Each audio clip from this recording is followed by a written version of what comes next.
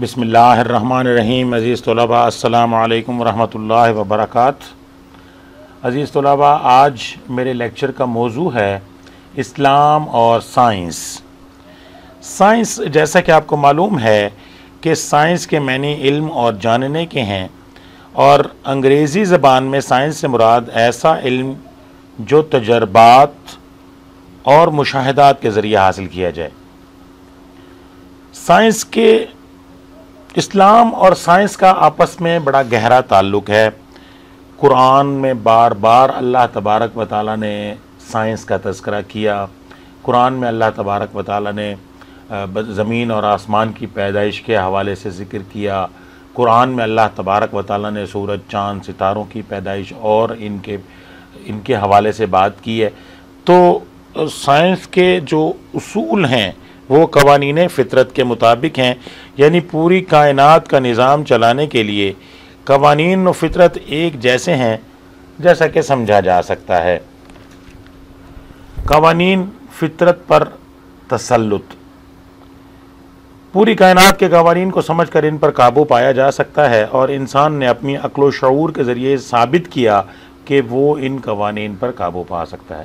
یعنی اللہ تبارک و تعالیٰ نے انسان کو مکمل اتھارٹی کے ساتھ اس دنیا میں بھیجا ہے، اور اللہ نے تسخیر کائنات یعنی سخر لکم، تمہارے لیے مسخر کر دیا ہے۔ زمین اور آسمان کے درمیان جو کچھ ہے اے انسان تمہارے لیے مسخر کر دیا گیا ہے۔ تو سائنس اور اسلام کے جو قوانین ہیں، واقعات کی پیش گوئی ہے، ہاں کہ دیکھیں اللہ تبارک و تعالیٰ نے انسان کو پہلے سے بتا دیا کہ انبیاء کے ذریعے سے، میں نے آپ کو پچھلے لیکچر میں بتایا تھا کہ دو چیزیں بڑی اہم ہیں جو کہ ڈیفرینشیٹ کر رہی ہیں انسان کو جانور اور فرشتوں سے اور دیگر مخلوقات سے۔ وہ کیا ہے؟ ایک تو علم ہے کہ اللہ تبارک و تعالیٰ نے جو علم وعلم آدم الاسماء کلہا، تو اب مفسرین اس میں لکھتے ہیں کہ ہر چیز کا علم اللہ تعالیٰ نے حضرت آدم علیہ السلام کو دے دیا۔ تو یہ جو علم ہے یہ حضرت آدم علیہ السلام کے ذریعے ہم تک پہنچ رہا ہے، اور اس کے بعد اللہ نے فَإِمَّا يَأْتِيَنَّكُم مِّنِّي هُدًى، میری طرف سے تمہارے پاس ہدایت آئے گی۔ اب وہ جو ہدایت ہے وہ اللہ تبارک و تعالیٰ کی وحی الہی ہے، تو یہ وحی الہی بھی اور کسی کے پاس نہیں ہے۔ تو یہ وحی الہی کیا ہے؟ یعنی اللہ تبارک و تعالیٰ اپنے غیب کے خزانوں میں سے جو چیزیں عطا فرما رہے ہیں وہ ہم تک پہنچ رہی ہیں، ہم تک پہنچی ہیں۔ تو جتنی بھی چیزیں، بعض کتابوں میں یہ بھی لکھا ہے کہ جو معجزات رونما ہو گئے تو سمجھیں کہ وہ راز افشا ہو گئے۔ مثال کے طور پہ میں آپ کو چھوٹی سی مثال دیتا ہوں، وقت بہت کم ہوتا ہے۔ مثال کے طور پہ حضرت نوح علیہ السلام نے کشتی بنائی ہے۔ اب یہ کشتی بنانے کا حکم اللہ تبارک و تعالیٰ نے دیا، اور حضرت نوح علیہ السلام کو مکمل گائیڈنس دی ہے کہ کس طرح سے کشتی بنانی ہے۔ اور اللہ تبارک و تعالیٰ کے حکم سے جب حضرت نوح علیہ السلام نے کشتی بنا لی تو اب وہ دیکھنے والوں کے لیے ایک نئی چیز تھی۔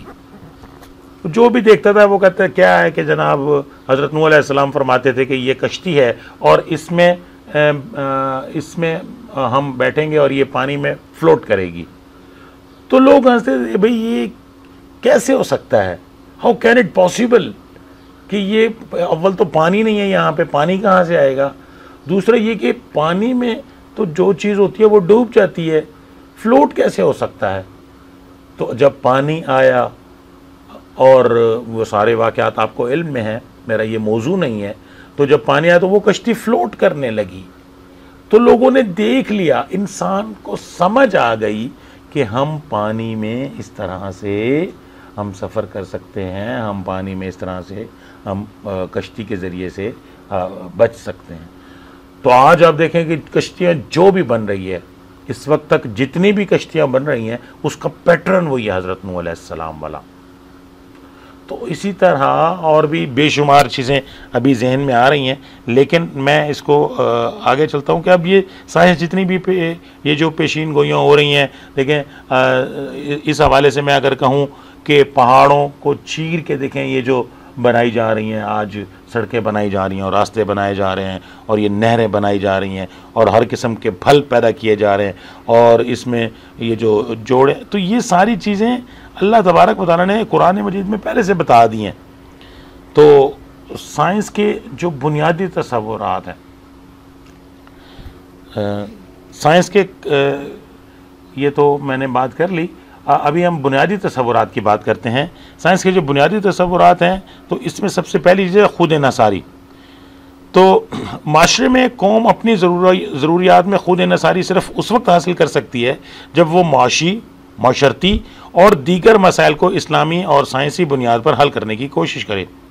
اس طرح آبپاشی ہے، زراعت ہے، خوراک ہے، اسی طرح دیہی ماحول ہے، ثقافت ہے۔ تو ان تمام چیزوں میں اسلام اور سائنس کا جو بنیادی تصور ہے وہ یہ ہے کہ معاشرے میں انسان کی تمام ضروریات میں خود انحصاری حاصل کی جائے۔ دیکھیں آج تو یہ وقت کی ضرورت ہے کہ ہم اپنے اوپر، ہم کیا ہے، کوئی بھی مسئلہ ہوتا ہے ہم دوسروں کی طرف دیکھ رہے ہوتے ہیں، ہم اپنے اوپر ڈیپینڈ نہیں کر رہے ہیں، دوسروں کی طرف دیکھ رہے ہیں۔ تو خود انحصاری، تو یہ جو سائنس ہے، آج ہم یہ سائنس کوئی اسلام کے خلاف چیز نہیں ہے۔ سائنس اور اسلام ایک ہی چیز ہے۔ اسلام کیا کہتا ہے؟ اسلام کی قرآن کی پہلی آیت کیا نازل ہوئی ہے؟ اقرا، پڑھ۔ تو علم، اور ہمارے نبی صلی اللہ علیہ وآلہ وسلم نے حکم دیا کہ علم حاصل کرنا ہر مسلمان مرد اور عورت پر فرض ہے۔ تو اسی طرح آپ کی جو دعا ہے وہ کیا ہے؟ رب زدنی علما، اے میرے رب مجھے علم عطا فرما۔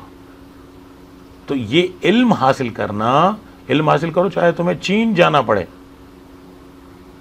تو اس طرح کی احادیث بھی موجود ہیں، اور آپ نے صحابہ کرام رضوان اللہ تعالیٰ علیہم اجمعین کو مدینہ منورہ میں آپ نے باقاعدہ جب مسجد نبی بنائی ہے تو باقاعدہ وہاں پر آپ نے اصحاب صفا جو آج بھی موجود ہے وہ چبوترا، اور آپ نے صحابہ کرام کو باقاعدہ بھیجا یہودیوں کے پاس تعلیم حاصل کرنے کے لیے کہ وہاں سے علم حاصل کر کے لے آئیں، حضرت زید بن ثابت رضی اللہ تعالیٰ عنہ۔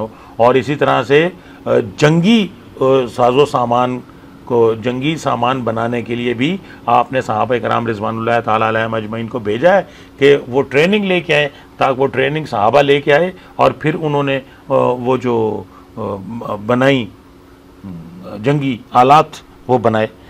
تو تعلیم اور صحت کے جو مسائل ہیں، اسی طرح اسلام لوگوں کی بنیادی ضروریات پوری کرنے پر زور دیتا ہے، اسی طرح انسان سائنس اور ٹیکنالوجی کے ذریعے ان ضروریات کو بہتر انداز میں پورا کرنے کی ضرورت پر بھی زور دیتا ہے کہ آپ سائنس اور ٹیکنالوجی پر، آج ہمارے جو اسٹوڈنٹس ہیں جو انجینئرنگ کر رہے ہیں، جو میڈیکل کر رہے ہیں، تو آپ دیکھیں نا،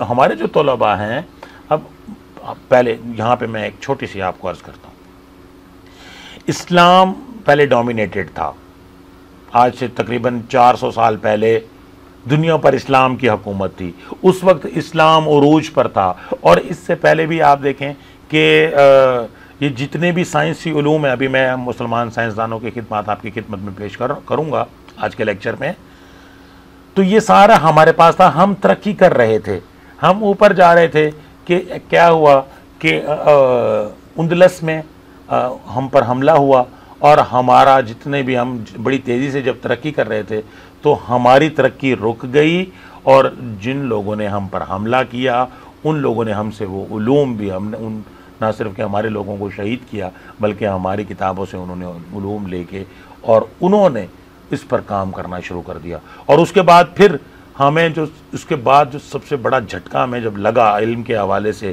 کہ آپ دیکھیں کہ دنیا کا سب سے بڑا علمی مرکز تھا بغداد، اور اس پر ہلاکو خان نے جب حملہ کیا تو اس نے کیا کیا، اس وقت ہم علم و ادب کے حوالے سے دنیا میں سرخیل تھے ہم، تو ہمارا سارا کچھ اس وقت ہمارا سب کچھ چھن گیا۔ اور پھر سلطنت عثمانیہ کی بات کرتے ہیں تو وہاں پر بھی علوم و فنون کے حوالے سے بڑا کام ہوا اور ہو رہا تھا۔ تو آپ دیکھتے ہیں کہ پھر مسلمانوں سے یہ سارا یہ اقتدار ان کے پاؤں سے زمین سے رکھتی گئی، اور پھر برِ صغیر پاک و ہند میں بھی آپ دیکھیں کہ پھر اس کے بعد پھر کیا ہوتا ہے کہ پھر مسلمان اب زوال، اس وقت ہم ڈیکلائن کا شکار ہیں۔ امت مسلمہ اس وقت بحیثیت مجموعی، اس وقت ہم جو بھی یہ ٹیکنالوجی جو بھی آ رہی ہے تو یہ ہم باہر سے لے رہے ہیں۔ تو ضرورت کس بات کی ہے کہ ہم اپنے تعلیم اور صحت کے مسائل کو حل کرنے کے لیے، اگر ہم امت مسلمہ اب اسی طرح سے، لیکن اب اس میں وقت لگے گا، لیکن اب ہم اس طرح نہیں ہیں، ہم سٹیپ بائی سٹیپ اوپر جا رہے ہیں۔ تو توانائی کا بہتر استعمال ہے، جس طرح کہ آپ دیکھیں آج کل سولر سسٹم ہے، آج ہم کوشش کرتے ہیں کہ ہم بجلی کی بچت کریں، تو اس کے لیے توانائی کے بہتر استعمال کے لیے بھی ہم کوششیں کر رہے ہیں۔ سائنس کو اسلامی تعلیمات سے مربوط کرنا، یعنی آج دیکھیں ہم کوئی بھی ٹیکنالوجی آتی ہے، ہم اس ٹیکنالوجی کو اڈاپٹ کرتے ہیں، لیکن ہم اس کو اسلامی اصولوں کے مطابق اس کو استعمال کریں۔ مثال کے طور پہ ہم ویڈیو دیکھتے ہیں تو ہم اس چیز کا خیال کریں، ٹھیک ہے یہ ایک میں ٹیکنالوجی کے ذریعے سے آپ سے بات کر رہا ہوں، تو یہ اسلامی تعلیمات کے مطابق ہونی چاہیے، اس میں ولگیرٹی نہیں ہونی چاہیے، اس میں گناہ والے کام نہیں ہونے چاہیے۔ تو سائنس کا جو بنیادی تصور ہے اس کو اسلامی ممالک میں عام کرنا چاہیے، کیونکہ سائنس کے ذریعے قوانین قدرت کو دریافت کیا جا سکتا ہے، اور اس کی بنیاد وحدت پر ہے، یعنی سائنس کا یہ عقیدہ ہے کہ کائنات میں وہ تمام قوانین ہر جگہ اور ہر وقت برابر ہوتے ہیں۔ اب ظاہر ہے ہمیں یہ چاہیے کہ اسلامی قوانین کے حوالے سے ہم امت مسلمہ کو اب اس وقت جاگنے کی ضرورت ہے، اور انسانیت کی خدمت بھی سائنس کے ذریعے کی جا سکتی ہے۔ آج میں آپ کے ساتھ بات کر رہا ہوں تو یہ سائنس ہے، آپ دیکھیں اگر ہم یونیورسٹی میں نہیں آ سکتے ہیں تو میں آپ کے ساتھ اس ٹیکنالوجی کے ذریعے سے آپ سے بات کر رہا ہوں تاکہ میرے طلباء کا وقت ضائع نہ ہو، اور اسلام ہمیں خدمت خلق کا درس دیتا ہے، ہمیں ایسے علوم اور ٹیکنالوجی کو فروغ دینا چاہیے جن کے ذریعے ہم بہتر طور پر انسانیت کی خدمت کر سکتے ہیں، جس میں زراعت ہے، صنعت و حرفت ہے، تعلیم ہے، اخلاقیات ہے، اور اس طرح کی بے شمار چیزیں ہیں۔ دیکھیں نا پہلے زمینیں کس طرح سیراب ہوتی تھیں، پہلے زمین کی تیاری میں وہ ہل چلتے تھے، آدھی زمین تیار ہوتی تھی، 6 مہینے لگتے تھے زمین کی تیاری میں، پھر 6 مہینے لگتے تھے، 6 مہینے ایک فصل کاشت ہوتی تھی، 6 مہینے دوسری۔ آج ٹیکنالوجی آ گئی ہے، ٹریکٹر کے ذریعے سے جناب روٹویٹر ہے، ٹریکٹر ہے، اور جناب وہ ہارویسٹنگ ہوتی تھی پہلے جناب کئی دن کٹائی ہوتی تھی، اب جناب وہ ہارویسٹر ہیں جناب ٹھکا ٹھک سارے کام ہو جاتے ہیں۔ تو یہ کیا ہے؟ یہ ٹیکنالوجی ہے۔ تو کاشتکار کا وقت بھی بچ گیا، اس نے جناب پہلے 2 فصلیں کاشت ہوتی تھیں، اب 4 فصلیں کاشت ہو رہی ہیں۔ تو یہ کیا ہے؟ یہ ٹیکنالوجی ہے، اور یہ اس میں یہ جو خدمت ہے اس میں انسانیت کی۔ تو سائنسی علوم کو اسلامی فلسفہ میں ڈھالنا، یعنی اسلامی نقطہ نظر سے پیش کرنا کہ جدید علوم کو اسلامی نقطہ نظر سے اس طرح پیش کیا جائے کہ ہر علم کی ابتدا میں یہ بتایا جائے کہ یہ علم اللہ تعالیٰ کی اس قدرت اور ارادے کا مطالعہ کرتا ہے جو ایک خاص انداز میں جاری کیے گئے، اور جس کا نتیجہ اللہ تبارک و تعالیٰ کا ارادہ ہے۔ تو یہ ہم دیکھیں نا، ہم کیا ہیں؟ انسان کیا ہے؟ انسان کچھ بھی نہیں ہے۔ ہم اپنے آپ کو کوئی بڑی توپ چیز سمجھتے ہیں، اور وہ یہی توپ چیز جو ہے جب اسرائیل علیہ السلام آتے ہیں تو یہی توپ چیز جو ہوتی ہے تو اس کی روح جب نکلتی ہے تو پھر یہ میت کی حیثیت ہوتی ہے۔ تو اگر ہم اسلامی علوم کو دیکھتے ہیں تو ہم ٹیکنالوجی کی بات کرتے ہیں، تو اس کو یہ جو کچھ بھی ہے یہ اللہ کی مہربانی ہے، یہ اللہ نے ہمیں، یہ پہلے سے چیزیں موجود ہیں۔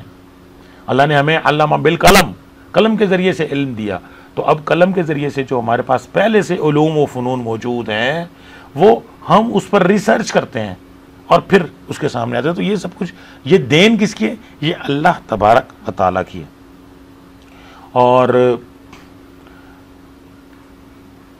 مسلمان سائنسدان ہیں، ان کے کارنامے، ہم ان کے کارناموں کی تشہیر کریں کہ مسلمان علم کے معراج پر تھے، جیسے میں نے آپ کو ابھی پہلے بتایا کہ بڑے بڑے کارنامے سر انجام دیے، بہت سی ایجادات کی ان لوگوں نے، اور آج کے سائنسدانوں کی کاوشیں جو ہیں وہ ان سے بہت بڑھ کر تھی۔ آج تو ہمارے پاس وسائل ہیں، آج جو لیکن پہلے ہمیں لائبریری جانا پڑتا تھا، آج لائبریری آپ کے ایک کلک پر لائبریری ہے۔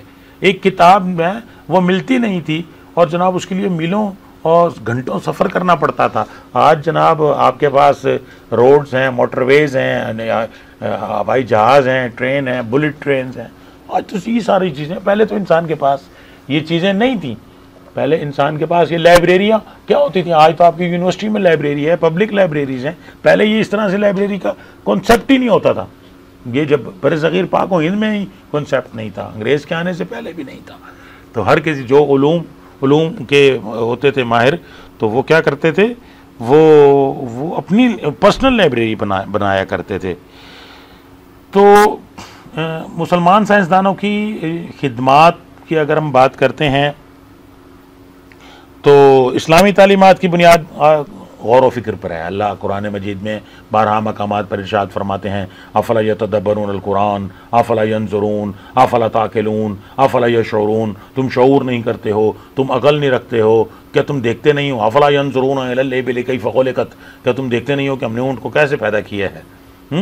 تو اب دیکھیں نا، اس میں نشانیاں ہیں۔ اللہ تعالیٰ ہمیں بار بار تفکر اور تدبر کی طرف بلا رہے ہیں۔ اندھی تقلید کی اسلام میں کوئی گنجائش نہیں ہے، اور اللہ تعالیٰ نے واضح طور پر قرآن میں بے شمار مقامات پر اسی لیے ارشاد فرمایا کہ کہہ دو کہ تم غور سے دیکھو کہ زمین اور آسمان میں کیا کیا چیزیں ہیں۔ تو قل سیروا فی الارض، زمین میں آپ سیر کرو، دیکھو کہ کیسے اللہ تعالیٰ نے یہ نشانیاں ہیں ساری۔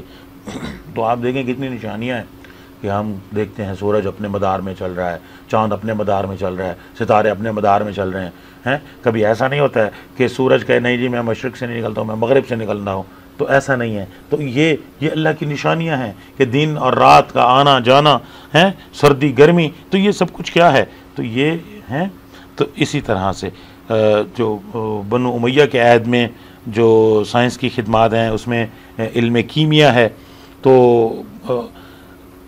یہ تو بات ہے کہ بنو امیہ کے دور میں سائنسی علوم پر اس طرح سے توجہ نہیں دی گئی، اور وہ کوئی خاص رصد گاہیں اور اس طرح کی یونیورسٹیز اور اس طرح کے ریسرچ سینٹرز تو نہیں بنائے گئے، لیکن اس کے باوجود وہاں پر مصر کے ایک عیسائی عالم سے علم کیمیا، طب، حیت اور یونانی کتب کا عربی ترجمہ کرایا گیا۔ میں نے آپ کو جیسے بتایا تھا کہ بغداد میں اس وقت میں بلکہ یہ پڑھ رہا تھا، آپ کے لیے بڑی حیران کن بات ہوگی کہ جب ہلاکو خان نے بغداد پر حملہ کیا، اس سے پہلے وہاں کے یہ حالات تھے علم و ادب کے حوالے سے کہ وہاں پر کوئی کتاب ایسی نہیں تھی جس کا ٹرانسلیشن نہیں ملتا تھا بغداد میں۔ جو کتاب کہیں نہیں ملتی تھی بغداد میں ملتی تھی، اور سونا دے کے کتاب، ایک طرف سونا رکھا جاتا تھا، دوسری طرف کتاب رکھی جاتی تھی، تو سونا تول کے کتاب دی جاتی، یعنی کتاب کی اتنی اہمیت تھی۔ لوگ اس وقت کین اتنے ہوتے تھے، کتاب ڈھونڈنے کے لیے بغداد آتے تھے،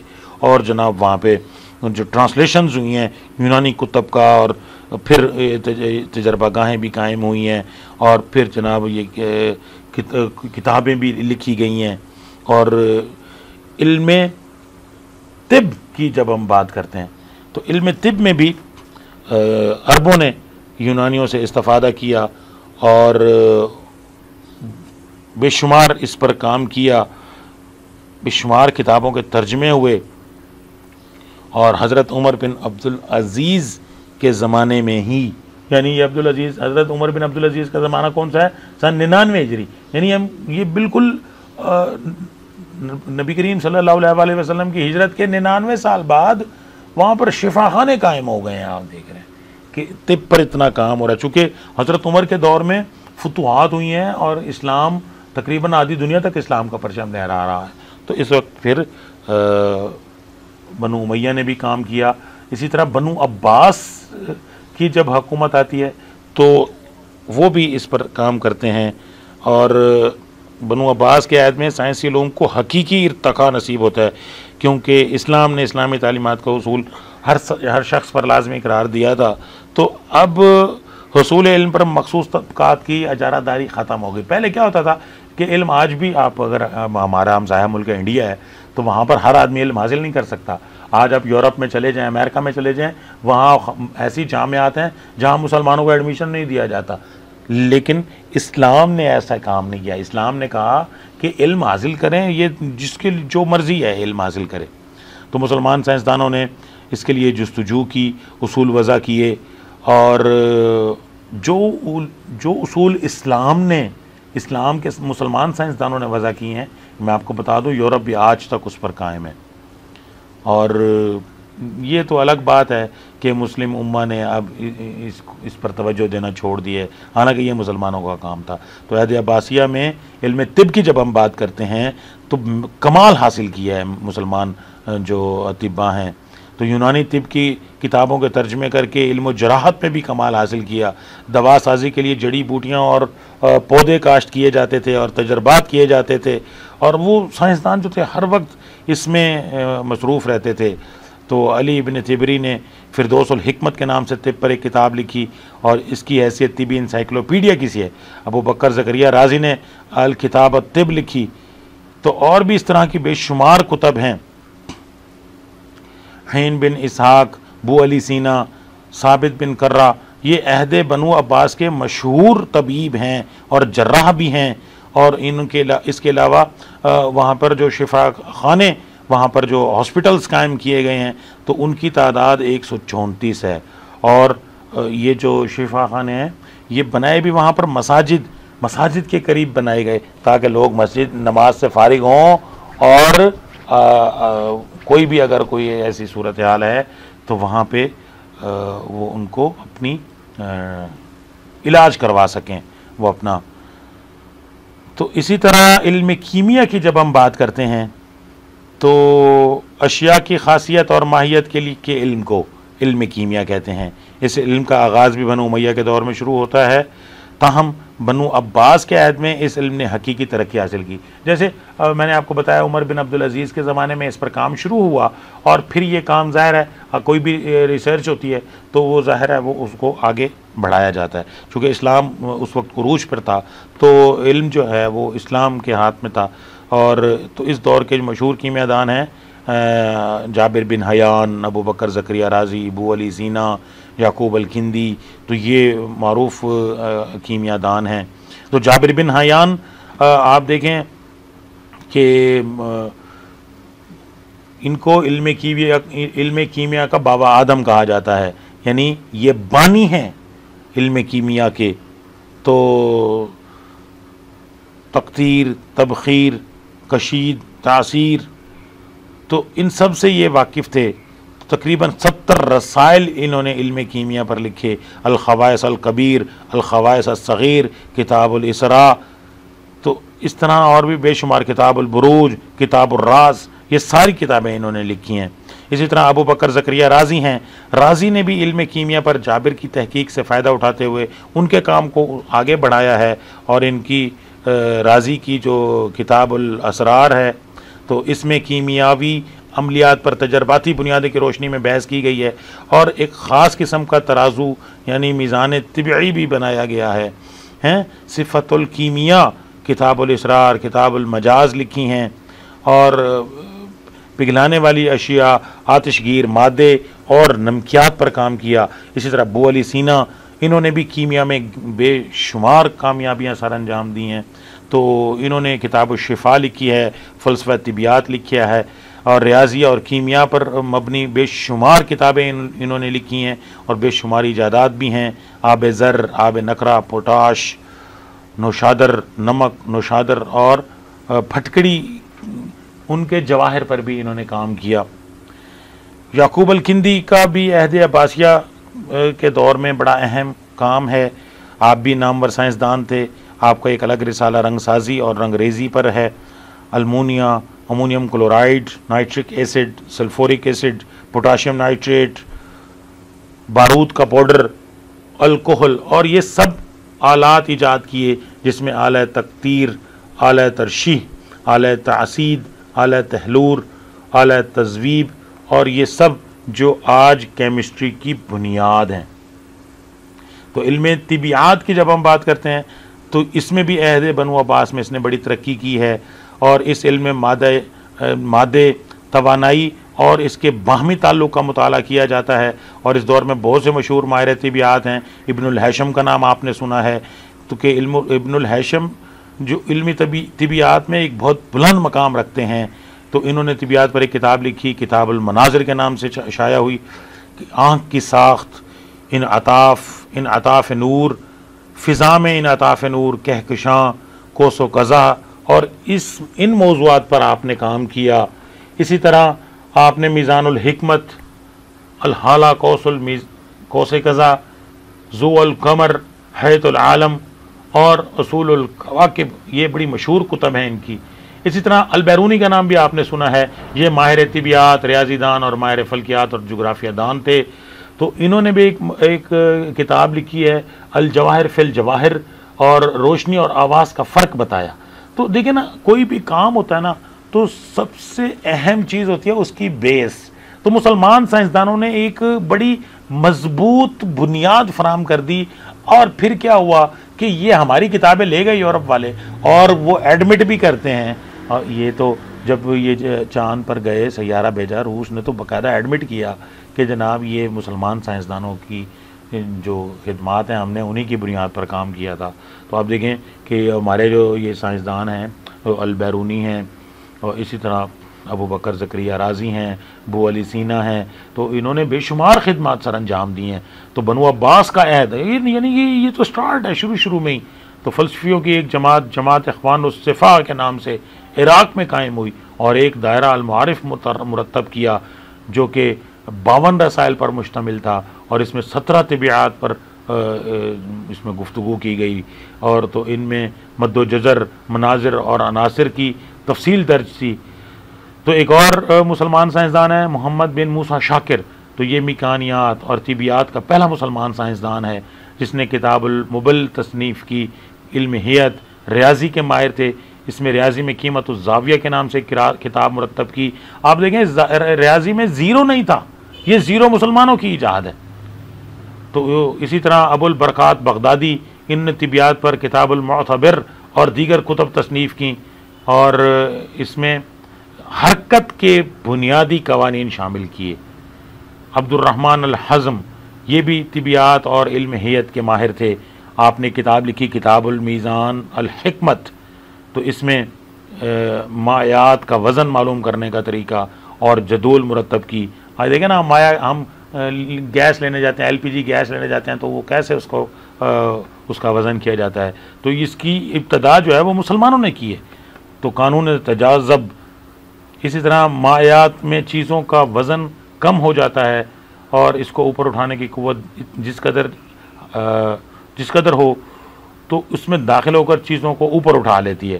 جیسے ہم دیکھتے ہیں نا، غبارہ ہم بناتے ہیں تو اس میں اب گیس بھرتے ہیں تو وہ غبارہ اوپر چلا جاتا ہے.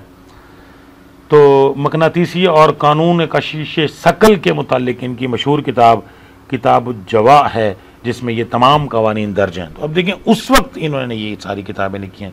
تو علم فلکیات اور علم ہیئت کی جب ہم بات کرتے ہیں تو بنو عباس کے عہد میں باقاعدہ رصدگاہیں قائم ہو چکی تھیں، اور یونانی علوم کا ترجمہ بھی ہو چکا تھا. اور اس میں یعقوب الکندی، احمد نہاوندی، عمر خیام، محمد بن ابو ریحان البیرونی، اسی طرح محمد بن موسیٰ الخوارزمی جیسے سائنسدان اور ماہر فلکیات اور ماہر علم و ہیئت پیدا ہوئے، اور انہوں نے اس شعبے میں بہت اہم کردار ادا کیا. یعقوب انفراری، یہ خلیفہ ابو جعفر منصور کے درباری ہیئت دان تھے. 282 کتب لکھی ہیں آپ نے، اور دنیا کی 70 زبانیں جاننے والے یہ سائنسدان تھے. علم ہیئت کے علاوہ طبیعات اور ریاضی کے بھی ماہر تھے. انہوں نے ایک آلہ استرلاب ایجاد کیا جس کے ذریعے عرب سنین کی ایک زیج تیار کی گئی. یعنی یہ جو آج بھی ہمارا ایشو چل رہا ہے کہ کیلنڈر کے حوالے سے، تو انہوں نے بڑا کیلنڈر بنایا. تو عمر خیام بھی علم ہیئت کی ممتاز شخصیت ہیں. یہ سلجوقی حکمرانوں کی سرپرستی میں انہوں نے کام کیا، اور ملک شاہ سلجوقی نے اصفہان میں ایک رصدگاہ قائم کی، اور اس کا ایک اعلیٰ افسر انہیں مقرر فرمایا تھا. اور انہوں نے شمسی تقویم کی اصلاح کی، یعنی یہ جو ہم جنوری فروری مارچ ہے تو اس کی تقویم کہ ان کے دن کے حوالے سے بھی انہوں نے کام کیا ہے. تو محمد بن ابو الریحان البیرونی، علم ہیئت پر ایک جامع کتاب لکھی، وہ ہے المسعودی کے نام سے، اور بہت سے آلات ہیئت بھی ایجاد کیے. محمد بن موسیٰ الخوارزمی، یہ بنیادی طور پر ایک ریاضی دان تھے، مگر انہوں نے بھی علم ہیئت پر بہت سا کام کیا، اور کتاب الزیج الاول اور کتاب الزیج الثانی اور کتاب العمل اور استرلاب پر کتاب لکھی. اسی طرح جعفر بن محمد عمر، یہ یعقوب انفراری کے شاگرد تھے اور سیاروں کا نظام گردش معلوم کرنے کے ماہر تھے. یحییٰ بن ابی منصور، تو یہ بھی علم فلکیات کے ماہر اور ہیئت دان تھے. انہوں نے چاند کی گردش اور نظام شمسی اور خطوط عرض سے بلد پر مبنی جدول بنائے. علم ریاضی کے حوالے سے بنو عباس کے عہد میں بہت کام ہوا. یہ جتنے بھی بنو عباس کے عہد میں حیت دان تھے وہ سارے ریاضی دان تھے، اور علم ریاضی میں مسلمانوں نے یونانی علوم سے بھی استفادہ حاصل کیا، مگر زیادہ تر معلومات بغدادی سے حاصل کی ہیں. مشہور ریاضی دان محمد بن موسیٰ الخوارزمی، البیرونی، محمد بن موسیٰ شاکر، عمر خیام اور عبد الرحمن السیوطی وغیرہ شامل ہیں. اچھا، جب ہم بات کرتے ہیں محمد بن موسیٰ الخوارزمی کی، تو یہ ایک ماہر ریاضی دان تھے، اور انہوں نے کتاب الجبرا و مقابلہ کے نام سے لکھی، اور جیومیٹری کے علم کے حوالے سے بھی موجد الجبرا اور ریاضی میں مہارت بھی رکھتے تھے. تو البیرونی جغرافیہ دان تھے، لیکن اس کے ساتھ ساتھ وہ ریاضی کے بھی ماہر تھے. محمد بن موسیٰ شاکر، آپ نے ریاضی کے حوالے سے جو کام کیا، آپ علم ہندسہ کے ماہر تھے. جیومیٹری کی کتاب الزاویہ کے نام سے مرتب کی. ابو القاسم، تو یہ اسپین کے مشہور فاضل علم ہندسہ، علم ہیئت اور علم ریاضی میں مہارت رکھتے تھے. انہوں نے المعاملات کے نام سے ایک کتاب لکھی جو علم العادات اور گنتی اور علم ہندسہ پر ایک منفرد کتاب ہے.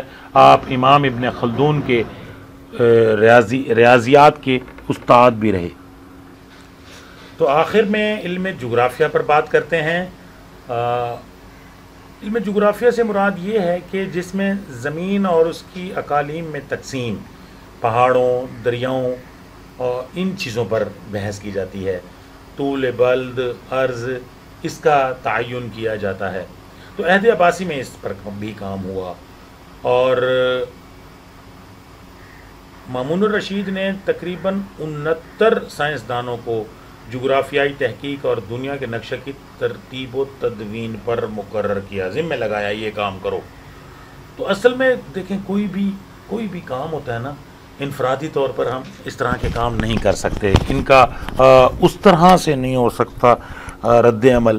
اکیلا آدمی کیا کر سکتا ہے؟ ہم ایک تو اتنی یہ چیزیں اتنی مہنگی ہوتی ہیں، تو یہ سارے کام ہوتے ہیں سرکاری سرپرستی میں. تو حکومت اگر اس میں دلچسپی لے تو آج آپ ماشاءاللہ اگر آپ بڑے عہدوں پر فائز ہوں تو آپ سائنس کی ترویج کے لیے کام کریں. اگر آپ کے پاس اختیار آتا ہے تو آپ اپنے اختیارات کو استعمال کر کے بہت سی تبدیلیاں رونما کر سکتے ہیں، بہت بڑے بڑے کام کر سکتے ہیں. تو محمد بن موسیٰ الخوارزمی نے عربی میں جغرافیہ کی پہلی کتاب لکھی. اس کے علاوہ مشہور جو جغرافیہ دان ہیں انہوں نے بھی اس علم کی ترقی میں بڑا اہم کردار ادا کیا.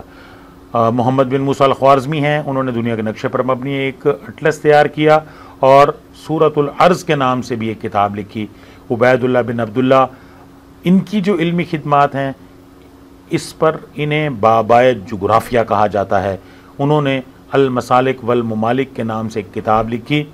اسی طرح احمد بن یعقوبی علم جغرافیہ پر پہلی مکمل جغرافیائی معلومات کے متعلق معجم البلدان کے نام سے ایک کتاب انہوں نے لکھی، اور یعقوبی کو مسلمانوں کے علم جغرافیہ میں باقاعدہ موجد سمجھا جاتا ہے.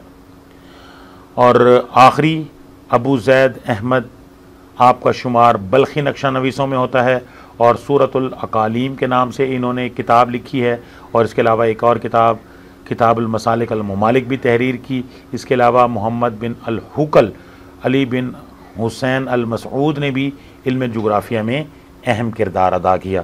تو عزیز طلباء، میرا خیال ہے آج کے دن کے لیے اتنا ہی کافی ہے، ابھی ٹائم ختم ہو گیا ہے، تو انشاءاللہ باقی پھر بعد میں کریں گے.